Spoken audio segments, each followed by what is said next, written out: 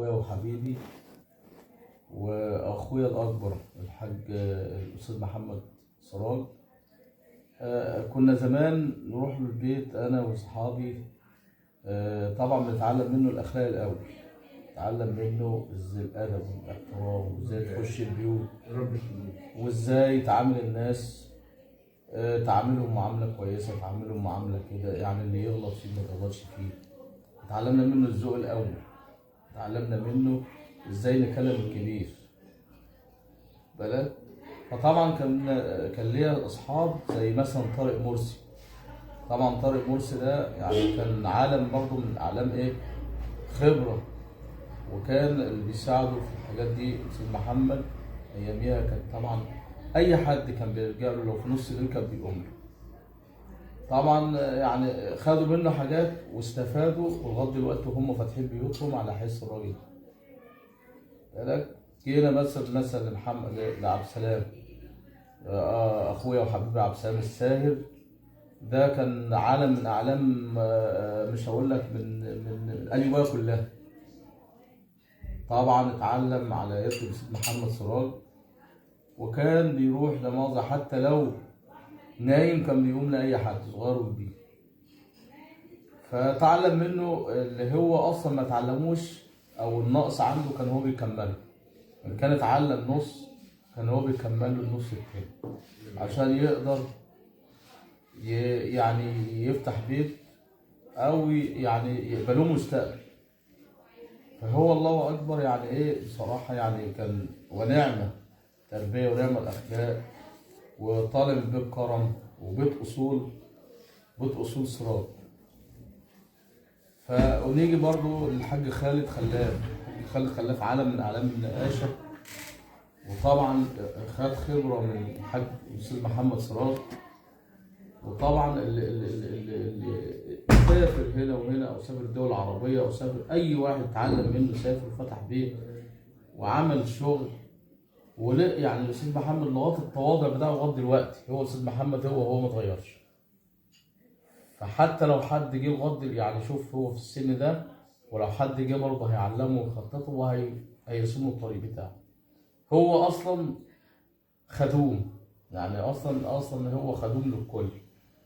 تيجي بقى الخدمات اللي هي الخدمات بتاعت ابو زعبل، سيادة صرف صحي او مجمعات او مستشفيات، او حد لا مؤاخذه يعني في حد عنده جنازه في قلب مستشفى كان بيجري ويروح ويخلص والدنيا تبقى كويسه.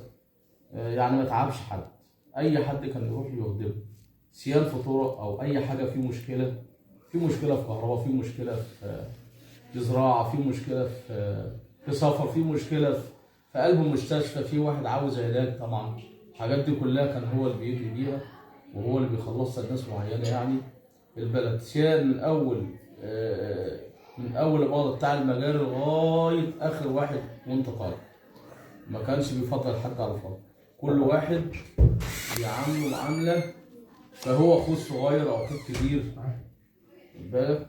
فبصراحه الراجل ده يعني يتخدم.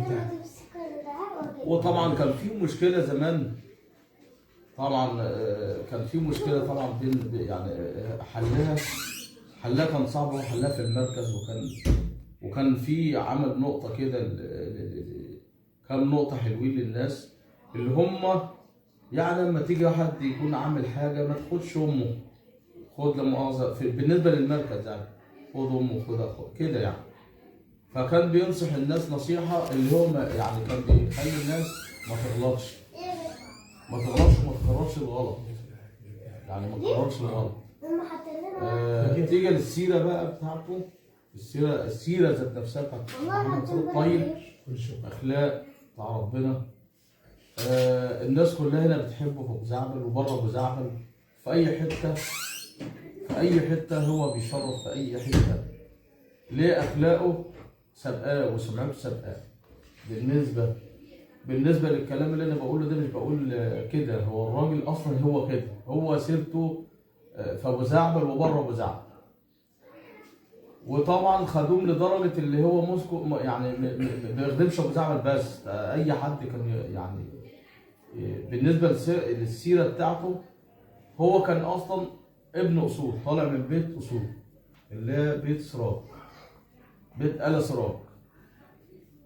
فربنا يا رب يديله الصحة ويديله الصحة والعافية، ويرزقه كمان وكمان اللي هو يخدم الناس، ويبارك له في عياله، ويبارك له في ايه، في اسرته، وربنا يا رب يخليه لاولاده، ويخليه لابو زعبل، وتملي هو يخدم ابو زعبل وغير ابو زعبل، والناس كلها هنا الله اكبر بتحبه. وبص من كتر حبهم مسمينه جد سراج اي حد.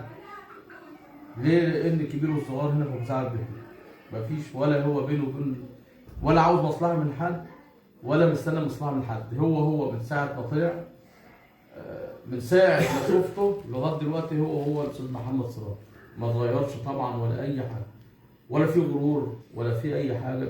لو واحد في مكانه هيقول لك انا صحفي، النهارده اللي هو المحامي لو عمل قضيه بيقول لك هاني وني. اما انا هو طول عمره يعني قاعد مع ناس من هنا ومن هنا من هنا، ما قالش في مره انا اعرف مين، انا اخدم مين. فربنا يا رب يعينه ويوفقه، واحنا عاوزينه يبقى احسن الناس، وهو محمد سراج. الله يستر. السلام عليكم ورحمه الله. شكرا.